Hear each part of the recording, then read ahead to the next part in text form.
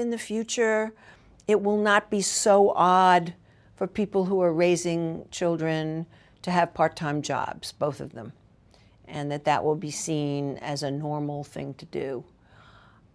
So I'm very optimistic that change will come. Even if you're not planning to have a spouse and your own children, you're still part of a family. And one of the topics we have actually is elder care. How are you going to be dealing with your parents when they get older? And just about everybody has parents. So family writ large. Your family of origin, your family, a nuclear family that you may start or have already started. How are you going to balance work and family in your life? And balance may be the wrong word because probably there is no balance. So how are you going to combine them? How are you going to have a satisfying family life and a satisfying career? Often somebody says, well, my mother's going to come and take care of the kids while I work. And I always think, okay, have you asked your mother?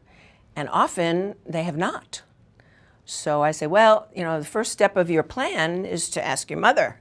And some of them come back the next session and say, oh, my mother says no thanks. I've been there, done that. I'm not going to be taking care of your children. So it's a chance for people to be real.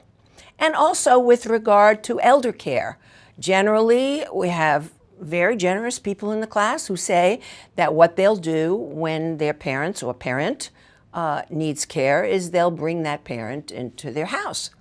And I say, well, do you know if that's what your mother or your father or your mother-in-law wants? Well, no, we haven't had that conversation. We'll have that conversation. And again, oftentimes the parent does not want that. There are still women, including women who are about to get an MBA, who want to take time out, who don't want to come back to work. And often they're the ones who feel deviant because after all, they've got an MBA. And, presumably they went for that degree because they want to work.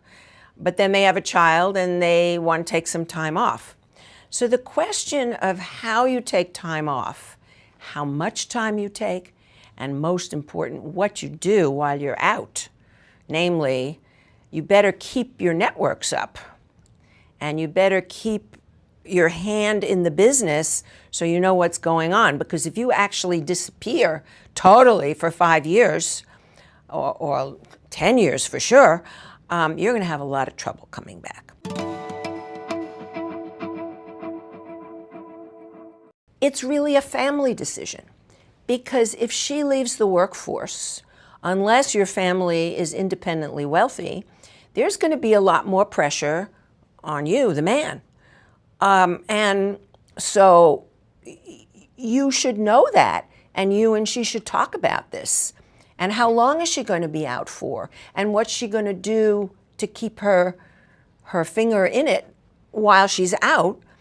And maybe the two of you want to have a different conversation, which is not, when should she leave and how should she come back? But maybe you want to talk about what the two of you can do so that you can both stay in. Perhaps you're going to put more money into hiring a nanny, or you're going to make it worthwhile for your mother-in-law to play a bigger role here. Maybe your wife can work part-time. Maybe you can both work part-time. Anyway, we're trying to increase the number of options that people have and make it a family decision rather than the woman just saying, oh, this is what I want to do. You can't possibly plan everything out. You don't know if a child that you have will be a special needs child, in which case all of your planning is for naught, because that child is going to take precedence. Your decisions are all going to be about how to help that child. And, planning, or there's a death of a spouse, in which case everything is different, or even a divorce that you didn't see coming. So I think planning is a very good thing. But everybody should understand that, what's the old saying? Man plans and God laughs. I mean, you just can't possibly plan out everything.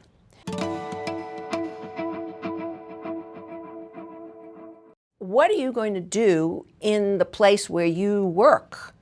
In a large corporation, in a small startup? What are you going to do personally to help other people to balance work and family?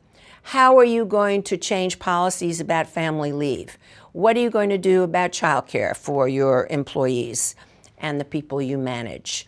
I remember one guy saying, I told her when she comes back, she doesn't have to have her old job back. She can be in a much easier job with less travel. And in general, there's at least one woman student in the class raised their hand and said, I don't want that.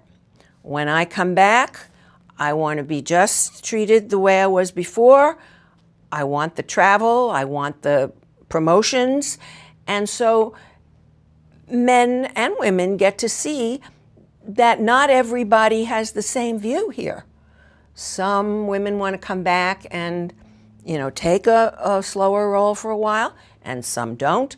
And the only way to know this is to actually have a face-to-face conversation with the employee when she's ready to come back. What is it that you see for yourself?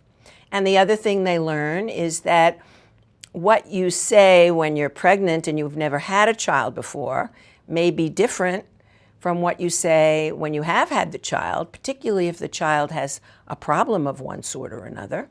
And so again, people see that, and they learn from each other.